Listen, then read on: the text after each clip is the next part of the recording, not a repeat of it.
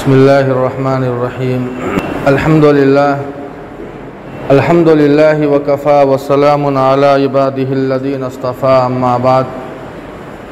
अल्हम्दुलिल्लाहि रब्बिल आलमीन वस्सलातु वस्सलामु अला सय्यिदिल अंबियाइ वल मुरसलीन मुहम्मदिन व अला आलिहि व अस्हाबिहि व अहलि बैतिहि व ताअतिहि अजमाइन, अम्मा बाद। क़ाल अल्लाहु तबारक व तआला फ़ी कलामिहिल मजीद वल फ़ुरक़ानिल हमीद। औज़ु बिल्लाहि मिनश शैतानिर रजीम। बिस्मिल्लाहिर रहमानिर रहीम। व इज़ क़ाल इब्राहीम रब्बि अरिनी कैफ़ तुह्यिल मौता क़ाल अवलम तुअमिन क़ाल बला वलाकिन लियत्मइन्न क़ल्बी। सदक़ल्लाहु मौलानल अज़ीम व सदक़ रसूलुहुन नबियुल करीम व नहनु अला ज़ालिका लमिनश शाहिदीन वश्शाकिरीन। रब्बि इश्रह ली सदरी व यस्सिर ली अमरी वहलुल उक़दतम मिन लिसानी यफ़क़हू क़ौली। Rabbi ज़िदनी इल्मा, rabbi ज़िदनी इल्मा। अल्लाहुम्मा अय्यिदनी बिरूहिल क़ुदुस, अल्लाहुम्मा अय्यिदनी बिरूहिल क़ुदुस, अल्लाहुम्मा अय्यिदनी बिरूहिल क़ुदुस।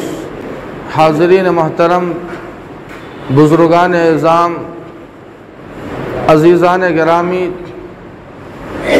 और दूर दराज से तशरीफ़ लाए हुए हमारे दीनी भाइयों, बुज़ुर्गों और साथियों, सैयदना हज़रत इब्राहीम अलैहिस्सलातु वस्सलाम के ज़िंदगी के हालात के ताल्लुक़ से, उनकी सीरत के ताल्लुक़ से कई जुमा से बातें हो रही है।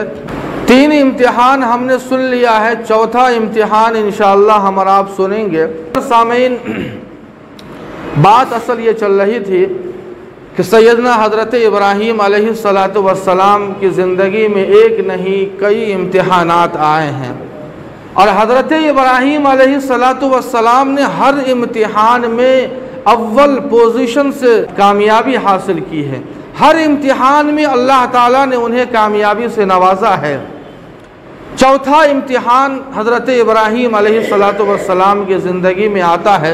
इस इम्तिहान को समझने से पहले हम और आप एक बात ये समझें कि हमारे समाज में एक बच्चा है, हमारे समाज ही का बच्चा है, हमारा बेटा है, हमारा भतीजा है, हमारा पोता है, हमारा भाई है, यह समाज का जो भी बच्चा है, जब वो बाहर से पढ़ कर आता है, तालीम लेकर आता है, चाहे वो दीनी तालीम हो या फिर दुनियावी तालीम हो, उसके दिल में एक शौक़ होता है, एक तमन्ना होती है, एक उमंग होती है, जज्बात होते हैं कि मैं पढ़ कर आया हूँ, मैं अपने समाज की खिदमत करूँगा, मैं अपने समाज में पनपते हुए बुराइयों को ख़त्म करूँगा और तालीम को मैं बच्चों के अंदर तालीम दूँगा, तालीम को मैं बेदार करूँगा और जहालत का जो अंधेरा है मैं उसे ख़त्म करूँगा।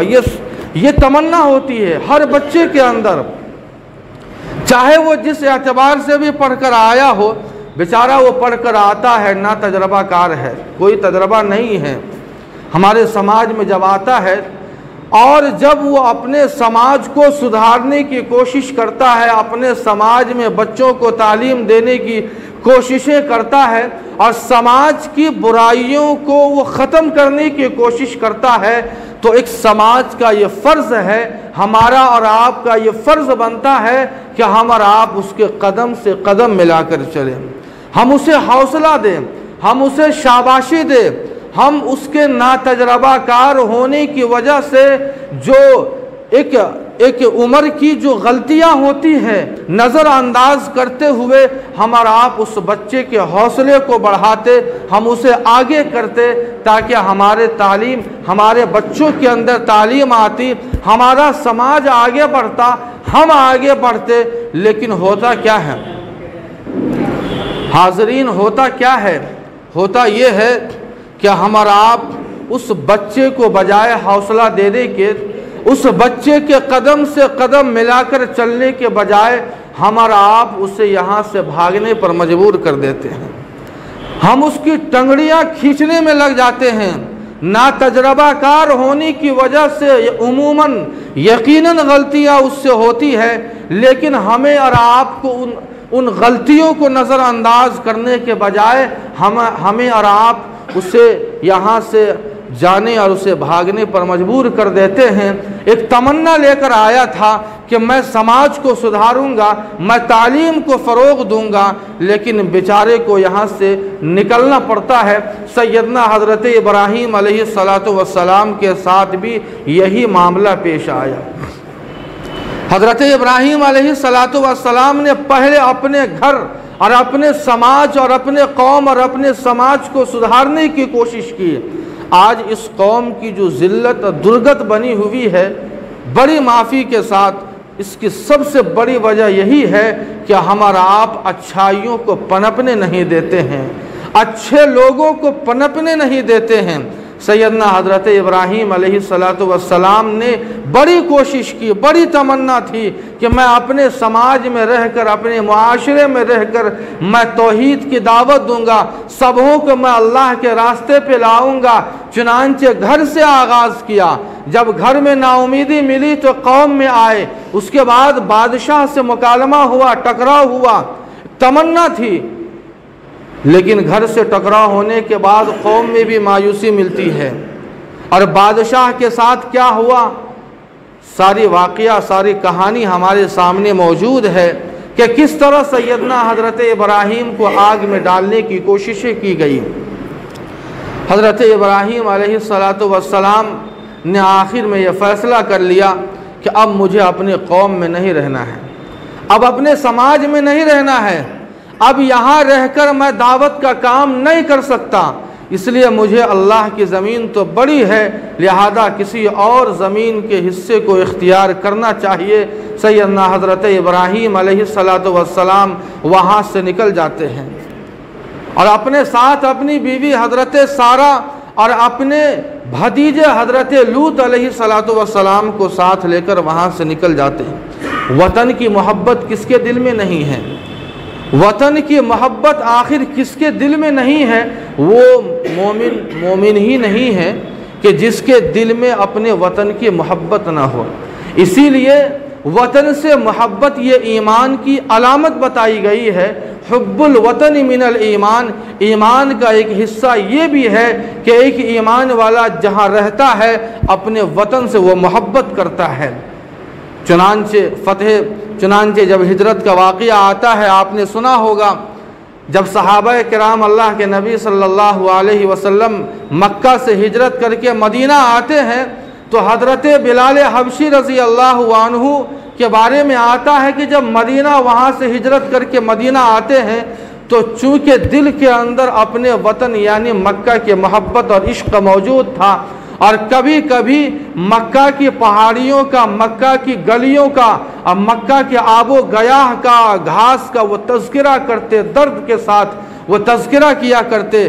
जबकि मक्का की ज़मीन बड़ी बंजर ज़मीन है, वहाँ की ज़मीन भी पथरीली ज़मीन है, लेकिन वतन की मोहब्बत का यह आलम था कि पहाड़ियों का अशार में वो तज़किरा करते, कभी गलियों का तज़किरा करते, मक्का की गलियों का। अल्लाह के नबी सल्लल्लाहु अलैहि वसल्लम जब हिजरत करके आ रहे हैं तो मक्का के बाहर खड़े होकर मक्का की तरफ एक नज़र दौड़ाते हैं। एक नज़र मक्का के ऊपर दौड़ाते हुए ये कहते हैं कि ए मक्का, वाक़ियतन तूने मुझे जन्म दिया, मैं यहीं पला, मैं यहीं बड़ा हुआ, ये मेरा वतन है और मुझे वाक़ियतन तुझसे बड़ी मोहब्बत है। दिल नहीं करता है कि मैं तुझे छोड़कर जाऊं, लेकिन यहाँ के लोगों ने मुझे छोड़ने पर मजबूर कर दिया है, इसलिए मैं जा रहा हूँ, लेकिन तेरी मोहब्बत को अपने दिल में बसाए लिए जा रहा हूँ। ये वतन की मोहब्बत होती है। सैयदना हज़रत इब्राहीम अलैहिस्सलातु वस्सलाम के दिल में वतन की मोहब्बत थी, लेकिन कौम के लोगों ने मजबूर कर दिया वहाँ से निकलने पर। चुनांचे हज़रत इब्राहीम अपनी अहलिया और अपने भतीजे हज़रत लूत के साथ वहाँ से निकल जाते हैं और अल्लाह की दूसरी ज़मीन को दावत का रुख बनाने के लिए निकलते हैं। और कई मकामात से हज़रत इब्राहीम का गुज़र होता है, कई 1 महीना 2 महीना इस तरह से रहते हुए कई शहरों में फ़लस्तीन यरूशलेम से गुज़रते हुए मिस्र से गुज़रना हुआ। मिस्र का बादशाह उस ज़माने में जो बादशाह था बड़ा अय्याश बादशाह था, बड़ा अय्याश बादशाह था। जब भी मिस्र के हुदूद में कोई मर्द या औरत, कोई जोड़ा गुजरता, चाहे वो जो भी हो, चाहे उसकी बीवी होती, उसकी बहन होती, जो भी होती, वो उसे रात भर के लिए रख लेता। ये उसकी आदत थी, ये उसकी फितरत में ये खबासत भरी हुई थी। हज़रत इब्राहीम अलैहिस्सलातु वस्सलाम, जब हज़रत इब्राहीम का गुज़र होता है तो चुनांचे मिस्र के बादशाह के गुर्गों ने हज़रत इब्राहीम की बीवी हज़रत सारा को पकड़कर बादशाह के दरबार में हाजिर कर दिया। हज़रत इब्राहीम कहीं और है, हज़रत सारा मिस्र के बादशाह के दरबार में मौजूद है। कमबख्त बादशाह ने हज़रत सारा के साथ अपनी नापाक ख्वाहिशात की तकमील का इजहार किया और अपनी नफसानी ख्वाहिशात पूरा करने की कोशिश की। नापाक इरादे से अपने हाथ को हज़रत सारा की तरफ जब बढ़ाता है, चूँकि हज़रत सारा वक्त के नबी की बीवी है, जाहिर बात है कि जिसका शौहर अपने वक्त का नबी हो तो उसकी बीवी का क्या आलम हो सकता है, हम और आप समझ सकते हैं। हज़रत सारा के आगे जब वो कमबख्त बादशाह गलत इरादे से हाथ बढ़ाता है तो उसका हाथ शल हो जाता है। और ये एक नहीं, कई दफ़ा उसने नापाक इरादे किए, लेकिन हर एक मर्तबा उसका हाथ शल हो जाता है। उसके दिल में ये बात बैठ गई, ये यकीन हो गया कि वाक़ियतन ये खातून, ये औरत कोई मामूली औरत नहीं है, ये अल्लाह की पहुँची हुई बंदी है। चुनांचे जब मालूम होता है कि ये तो वक्त के नबी हज़रत इब्राहीम की बीवी है, हज़रत मोहतरम जब इस बात का यकीन हो गया कि ये हज़रत इब्राहीम की बीवी है और ये अल्लाह की पहुँची हुई बंदी है, तो बादशाह ने अपनी बेटी, जिनका नाम था हज़रत सारा अलैहिस्सलाम, अपनी बेटी का निकाह हज़रत इब्राहीम से कर दिया। अपनी बेटी का निकाह हज़रत इब्राहीम अलैहिस्सलातु वस्सलाम से कर दिया। चुनांचे हज़रत इब्राहीम दोनों अहलिया और अपने भतीजे हज़रत लूत को लेकर वहाँ से फिर निकलते हैं। चूँकि असल वहाँ खाने काबा आना था, अल्लाह का निज़ाम देखिए, खाने काबा आना था और हज़रत इब्राहीम के ज़रिए से खाने काबा को आबाद करना था। हज़रत इब्राहीम अलैहिस्सलातु वस्सलाम वहाँ से निकल जाते हैं। 88 साल की उम्र है, अयास की उम्र है, मायूसी की उम्र है, लेकिन अब तक औलाद नहीं है। पहली बीवी हज़रत सारा से कोई औलाद नहीं थी, बड़ी मायूसी है, बुढ़ापे की उम्र है, अब न तब इस दुनिया से जाना है। चूँकि बुढ़ापे की उम्र है, हज़रत इब्राहीम अलैहिस्सलातु वस्सलाम के दिल में ये बात आई कि अगर मैं बे औलाद होकर इस दुनिया से चला गया तो आखिर इस दीन का वारिस कौन होगा। हम और आप तो दुनिया के वारिस की फ़िक्र करते हैं और ये कोशिश करते हैं कि एक भी लड़का हो तो इस ताजमहल का कम से कम वारिस बनेगा।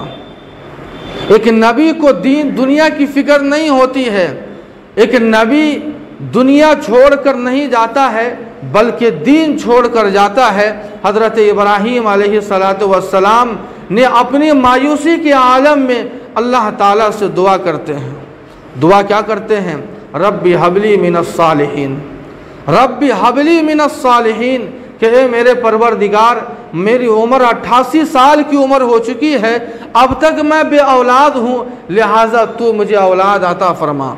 यहाँ रुककर हाज़रीन एक बात बहुत ही काबिल गौर है।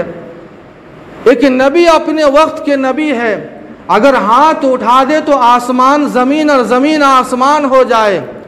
जिस नबी के ताबे अल्लाह ताला ने पूरी कायनात को कर दिया, लेकिन नबी वक्त का नबी औलाद से महरूम है। सैयदा हज़रत आयशा रज़ियल्लाहु अन्हा, जो अल्लाह के नबी सल्लल्लाहु अलैहि वसल्लम की ज़ौजा मुताहरा है, अल्लाह के नबी के आंगन में एक बच्चा दौड़ता हुआ आता है। बड़ा खूबसूरत बच्चा है, हसीन व जमील बच्चा है। दौड़ता हुआ अल्लाह के नबी के आंगन में बच्चा जब आता है तो हज़रत आयशा रज़ियल्लाहु अन्हा मोहब्बत में उस बच्चे को गोद में ले लेती है और उसके साथ खेलने कूदने लगती है। उस बच्चे को अपने कलेजे से, अपने सीने से चिमटा लेती है और अल्लाह के नबी से गुजारिश करती है कि काश मुझे भी कोई औलाद होती, फूल सा कोई नन्हा बच्चा होता तो मैं भी उससे खेलती इस तरह से जिस तरह ये बच्चा है। मेरे भाई, अल्लाह के नबी सल्लल्लाहु अलैहि वसल्लम का जवाब सुनिए। अल्लाह के नबी फरमाते हैं कि ए आयशा, अगर औलाद देना अगर नबी के हाथ में होता, अगर मेरे हाथ में होता, किसी इंसान के हाथ में होता, तो आज मोहम्मद का गोद खाली नहीं होता। हज़रत इब्राहीम अलैहिस्सलातु वस्सलाम 88 साल की उम्र है, वो चाहते तो औलाद ले लेते, लेकिन उन्हें भी मालूम था कि ख़जाना अगर किसी के पास है औलाद का, तो वह इंसानों के पास नहीं, किसी नबी के पास नहीं, बल्कि वह अल्लाह के पास है। अल्लाह ही औलाद देता है, अल्लाह ही के कब्ज़े कुदरत में है। लेकिन हमारा और आपका अक़ीदा उल्टा है, हमारा और आपका अक़ीदा उल्टा है। हमें अक़ीदे को सुधारने की ज़रूरत है। औलाद का मालिक ये अल्लाह है। सैयदना हज़रत इब्राहीम अलैहिस्सलातु वस्सलाम ने अपने रब से दुआ की, रब्बी हबली मिनस सालिहीन। हमें और आपको अगर औलाद ना हो तो पहली बात तो ये है कि हम अल्लाह से मांगते ही नहीं हैं, हम बाबाओं का चक्कर लगाते हैं, हम तावीज़ और गंडों के चक्कर में लगे रहते हैं। लेकिन कभी हमारे दिल में ये ख्याल नहीं आता कि जिस ज़ात ने पूरी कायनात को आबाद किया है, उससे हम जाकर उसके दर में जाकर हम मांग ले एक औलाद। लेकिन अल्लाह से नहीं मांगते।